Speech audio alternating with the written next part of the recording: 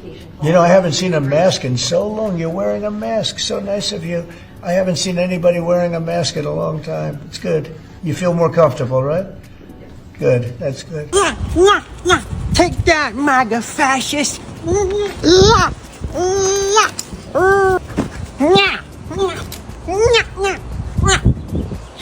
First, I fight fascism by ding-dong ditching Trumpers.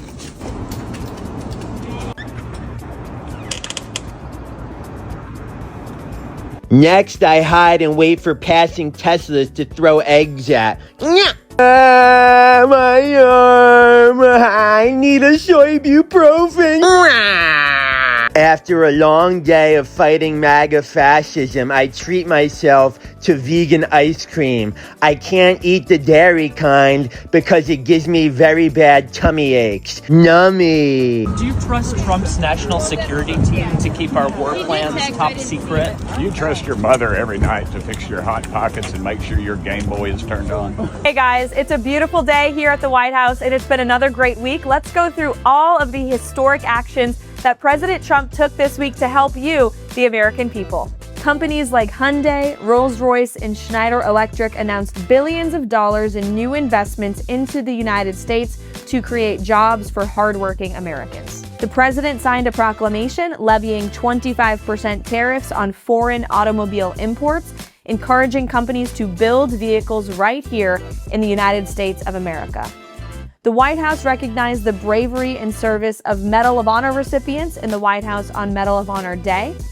The president welcomed some of the country's strongest and most intelligent women to the White House to celebrate Women's History Month.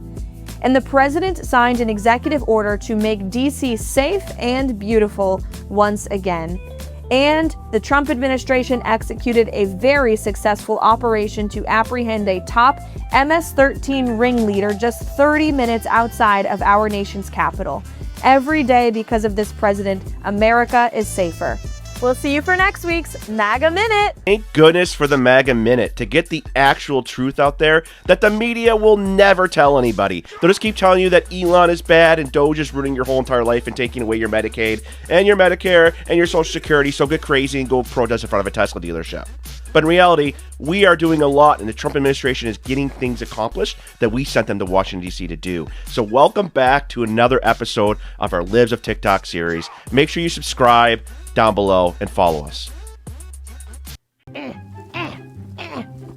Granny? How are you doing that? Doing what? Lifting a 1-ton hay bale with ease. Just old farm strength, I guess. You drank my First Form protein shake, didn't you? No. Granny, we've gone over this. If you drink it, there will be signs. I can't help it. It gives me some umph and tastes delicious. Now I gotta go mix up some more so I can keep up with you. Oh, don't worry. I'll be done before you get back. Yeah, where was I? I'm gonna say this with my whole chest. So, if your feminism does not include trans women, you're not a feminist. You're a cunt. So, get pink eye.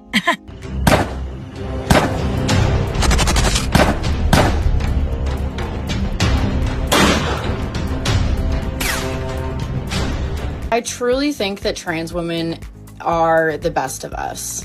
The best of us. And not only do I not think that they take anything away from my experience as a cis woman, I think that they are actually one of the purest forms of womanhood and highlight some of the most beautiful parts of womanhood.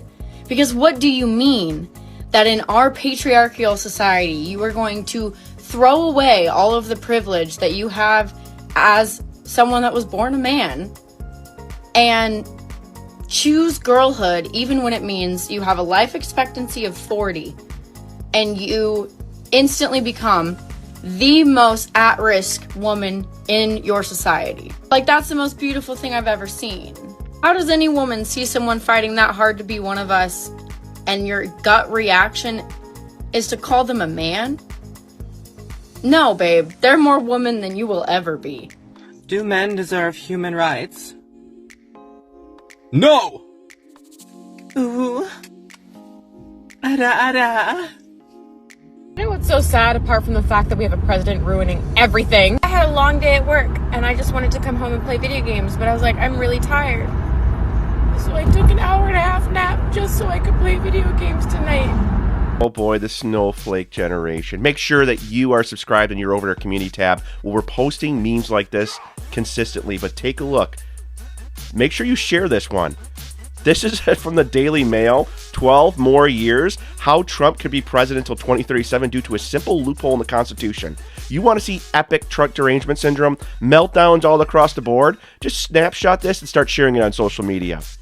Make love, not war. I agree, let's end war. Well, I can't agree with Trump. Win the war no matter the cost. Women's rights. Yes. Deport and get men out of women's sports. Forget women and trans. More important, big government is the enemy. Let's slash the government. Elon Musk is a... They just never stop. They could agree with Trump on some things, but they will do the opposite, like that one curing cancer meme that we put out recently as well.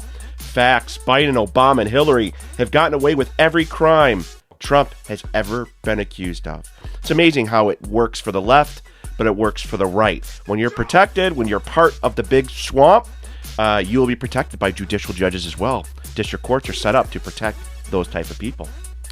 You can call Trump a bully. You can call him all these names here that they call him all the time, even a Cheeto.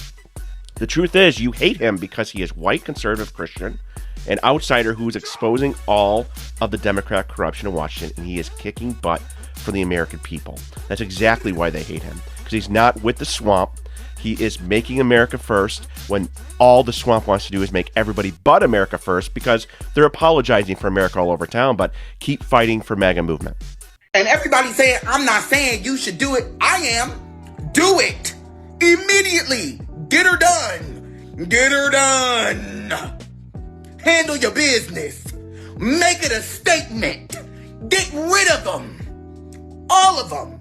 Every single last one of them. Do you need a ride? I got a GPS in my car.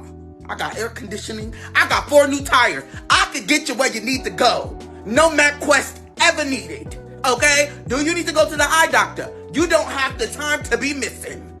We can't afford you to and miss. I need you to be direct, and I need you to be to the point. Okay? I need you to get the directive done. The objective needs to be completed. Okay? So you can collect your $200 and you can pass go. Listen, get it done, and I will make sure everybody in America donates $1 to get you out. How about that? Sounds like a deal? Because I need you to hurry up. Anybody else out there just getting home from working a 12-hour night shift and turn on the news, hoping that somebody did it already?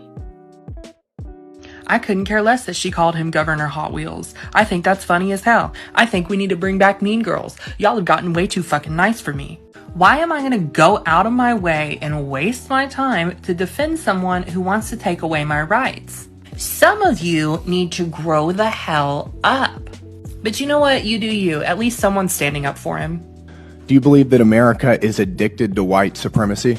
I believe that I tweeted that, and as I've said earlier, I believe much of my thinking has evolved over the last half decade. It has evolved. Why did you tweet that? I don't recall the exact context, sir, so I wouldn't be able to say. Okay.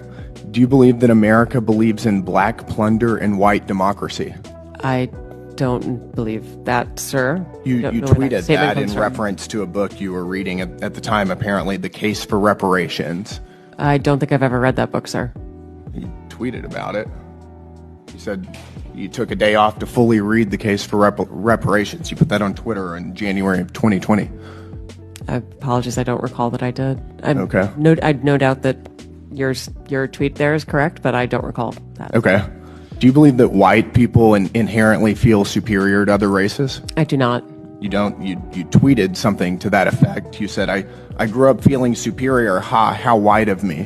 Why did you tweet that?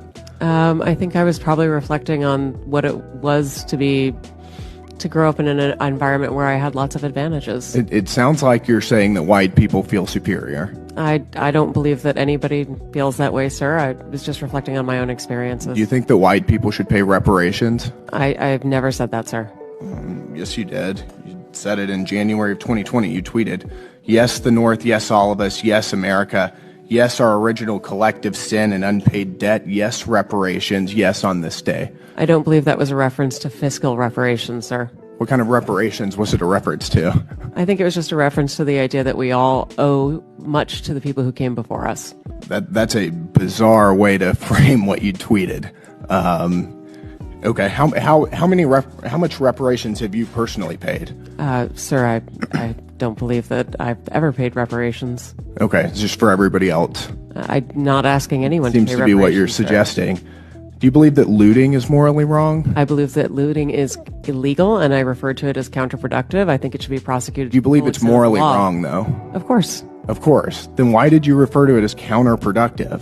It's a very different way to describe it. It is both morally wrong and counterproductive, as well as being You tweeted, it's hard to be mad about protests in reference to the BLM protests, not prioritizing the private property of a system of oppression.